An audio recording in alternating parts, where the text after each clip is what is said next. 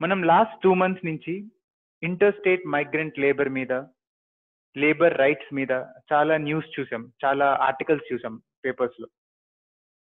ఈ subject UPSC prelims, mains and ఎస్ఏలో కూడా చాలా ఇంపార్టెంట్. ప్రీవియస్ ఇయర్ క్వశ్చన్స్ చూస్తే లేబర్ ఇష్యూస్ మీద చాలా క్వశ్చన్స్ అడిగారు. సో అందులో ఇంకా స్పెసిఫిక్గా చూస్తే role of working class in India's national movement is very important topic. So ఈ రోజు వీడియోలో మనం role of working class in India's national moment మీద ఫోకస్ చేద్దాం. నేను కొంచెం మెటీరియల్ తయారు చేశాను. We will look into both, ఇది మెయిన్స్ లో మనకి ఎలా ఉపయోగపడిద్ది అండ్ ప్రిలిమ్స్ లో మనకి ఎలా ఉపయోగపడిద్ది, ఆ రెండింటిని స్టడీ చేద్దాం. సో మెయిన్స్ లో మనల్ని క్వశ్చన్ అడిగితే role of working class in national movement మనం బ్రీఫ్ గా ఇలా రాయొచ్చు. సో ఫస్ట్లీ అసలు ఇండియాలో వర్కింగ్ క్లాస్ ఎప్పుడు స్టార్ట్ అయింది? 19th centuryలో ఇండియాలో యూరోపియన్ ఇండస్ట్రీస్ మొదలయ్యాయి ఫస్ట్. దాని తర్వాత ఇండియన్ క్యాపిటలిస్ట్ కూడా ఇండస్ట్రీస్ స్టార్ట్ చేశారు. ఈ ఇండస్ట్రీస్ లో ఎవరైతే వర్క్ చేసేవాళ్ళు they were the first working class in India. So 19th centuryలో స్టార్ట్ అయింది and late 19th century early 20th centuryలో వర్కింగ్ క్లాస్ కాన్షియస్నెస్ స్టార్ట్ అయింది ఇండియాలో. మనం చూస్తే ఇదే టైంలో కార్ల్ మార్క్స్ రైటింగ్స్ కానివ్వండి, కమ్యూనిస్ట్ రైటింగ్స్ అవనివ్వండి, అవన్నీ ఇండియాలోకి ఎంట్రీ ఇచ్చాయి. ఇండియాలో అప్పుడే ఎడ్యుకేటెడ్ ఇంగ్లీష్ చదువుకున్న పాపులేషన్ కూడా అప్పుడే పెరిగింది. So they were able to bring western ideas of communism, Karl Marx etcetera to India. అలాగా ట్రేడ్ యూనియన్స్ ఫామ్ అయ్యాయి and working class consciousness form అయింది ఇన్ ద వర్కింగ్ క్లాస్. మనం చూస్తే 1920లో ఆల్ ఇండియా లెవెల్లో first all India trade union congress form అయింది under the leadership of Lala Lajpat Rai గారు. So direct గా అండ్ ఇండైరెక్ట్ గా ఈ వర్కర్స్ ఫ్రమ్ రైల్వేస్ కానివ్వండి, మిల్స్ లో, ఇండస్ట్రీస్ లో, ప్లాంటేషన్స్ లో వీళ్ళు పార్టిసిపేట్ చేశారు ఇండియన్ నేషనల్ స్ట్రగుల్లో. మనం ఇప్పుడు నెక్స్ట్ చూద్దాం, ఇంకా డీటెయిల్ గా చూద్దాం ఎక్కడెక్కడ పార్టిసిపేట్ చేశారు. సో ఫస్ట్ మనం చూస్తే ఇండియాస్ నేషనల్ మూమెంట్ ఒక మాస్ ఫేజ్ స్టార్ట్ అయింది 20th centuryలో. అరౌండ్ 1905లో స్వదేశీ మూమెంట్ స్టార్ట్ అయింది అండ్ అప్పటి నుంచి ప్రతి మూమెంట్ లో one of the most important technique of India's political movements is boycott of foreign goods. ఈ బాయ్కాట్ చేయడం దాంట్లో ట్రేడ్ యూనియన్ సపోర్ట్ చాలా ఉండేది. మనం కొన్ని ఎగ్జాంపుల్ చూద్దాం ఇక్కడ. సివిల్ డిసోబీడియన్స్ మూవ్మెంట్ అప్పుడు Bombay dock workers British ships ఏవైతే ఫారెన్ గూడ్స్ ని ఇండియాలోకి తెస్తాయో ఆ బ్రిటిష్ షిప్స్ ని బాయ్కాట్ చేశారు. అలానే మనం చూస్తే నాన్ కోఆపరేషన్ మూవ్మెంట్ అప్పుడు అస్సాం టీ వర్కర్స్ వాళ్ళు బ్రిటిష్ ప్లాంటేషన్స్ ని వదిలేసి వాళ్ళ స్వస్థలాలకు వెళ్ళిపోయారు. ఆ టైంలో గాంధీ మహారాజ్ కి జై అనే స్లోగన్ తీసుకుంటూ వెళ్ళిపోతారు.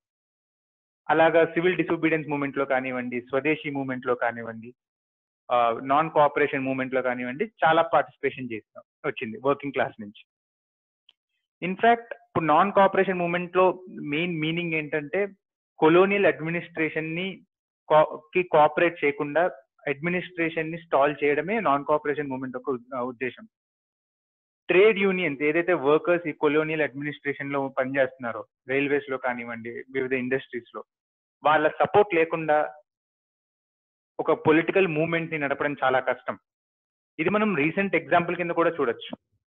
For example Telangana political movement లో సపరేట్ స్టేట్ కోసం సకల జనుల సమ్మె అప్పుడు ట్రేడ్ యూనియన్ సపోర్ట్ అంతా వచ్చింది. అలా ట్రేడ్ యూనియన్ సపోర్ట్ లేకుండా పొలిటికల్ మూవ్మెంట్ స్ట్రాంగ్ అవ్వడం కష్టం. సేమ్ థింగ్ అప్పుడు కూడా ట్రేడ్ యూనియన్ సపోర్ట్ లేకుండా ఏ పొలిటికల్ మూవ్మెంట్ అయినా, క్విట్ ఇండియా మూవ్మెంట్ కానివ్వండి, రౌలాట్ సత్యాగ్రహ, ఈ మూవ్మెంట్స్ పొలిటికల్ మూవ్మెంట్ స్ట్రాంగ్ అవ్వడం కష్టం.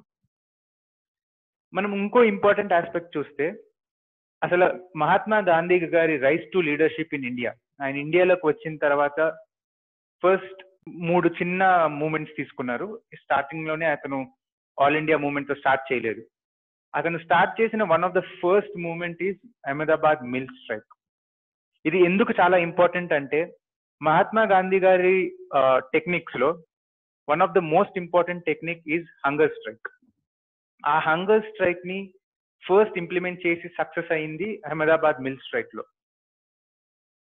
ఓన్లీ ఇవే కాదు, మనం 1922లో చౌరీ చౌరా ఇన్సిడెంట్ వల్ల కాంగ్రెస్ వీక్ అయిపోయింది. అప్పటి నుంచి కాంగ్రెస్ లో ఒక డివైడ్ స్టార్ట్ అయింది, స్వరాజెస్ వర్సెస్ నో చేంజెస్ డివైడ్. దానివల్ల 1920s లో చాలా వీక్ అయింది అంటారు Congress. The Indian national Congress 1920s లో కొంచెం డల్ అయింది because of the internal divisions.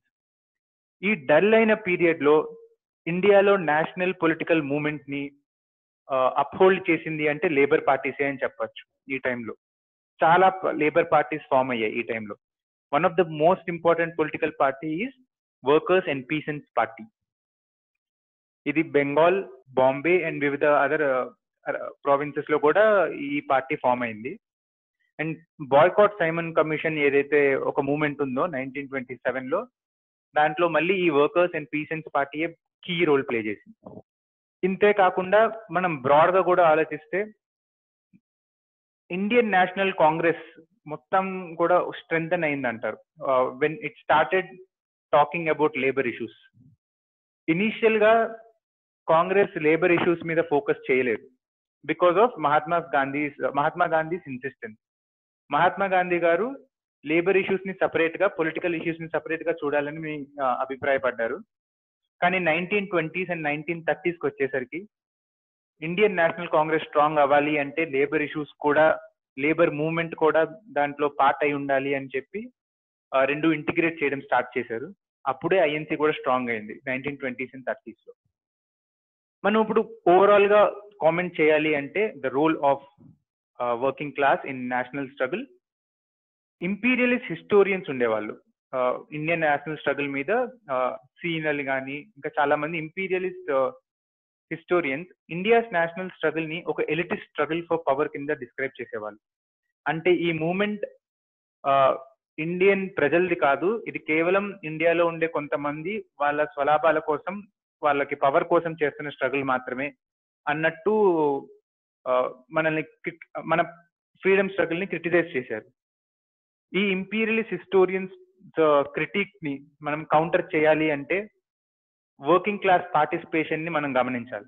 ఎందుకంటే వర్కింగ్ క్లాస్ పార్టిసిపేషన్ మాత్రమే మన నేషనల్ మూవ్మెంట్ ని ఒక inclusive, pro poor and mass based movement చేయగలిగింది. లేకపోతే మనం ఇండియన్ నేషనల్ కాంగ్రెస్ ని కూడా చూద్దాం. ఇనిషియల్ గా కాంగ్రెస్ ని ఎలిటిస్ట్ పార్టీ అనేవాళ్ళు, కానీ ఎప్పుడైతే కాంగ్రెస్ లేబర్ ని కూడా, లేబర్ మూవ్మెంట్ ని కూడా ఇంటిగ్రేట్ చేసుకోగలిగిందో అప్పుడే కాంగ్రెస్ కూడా మాస్ బేస్డ్ పార్టీ అయింది.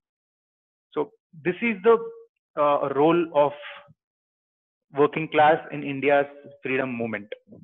మనం మెయిన్స్ లో అండ్ ఎస్ఏలో ఈ పాయింట్స్ హెల్ప్ అవ్వచ్చు, బట్ ప్రిలిమ్స్ లో కూడా దెర్ ఈజ్ అ స్కోప్ ఈ ఆస్పెక్ట్ మీద క్వశ్చన్స్ అడగడానికి.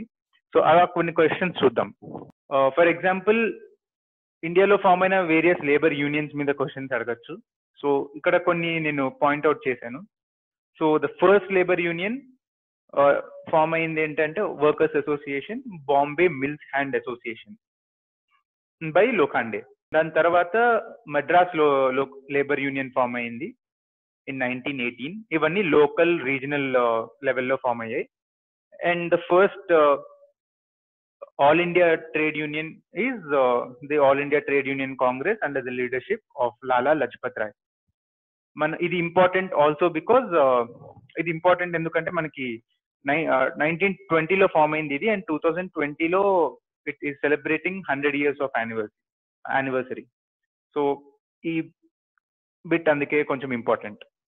దాని తర్వాత All India trade union Congress, though Congress initiative తో స్టార్ట్ అయినా, కాంగ్రెస్ మెంబర్స్ ఇనిషియేటివ్ తో స్టార్ట్ అయినా, కమ్యూనిస్ట్ మెంబర్స్ చాలా టేక్ ఓవర్ చేసేసారు ఈ ట్రేడ్ యూనియన్ ని.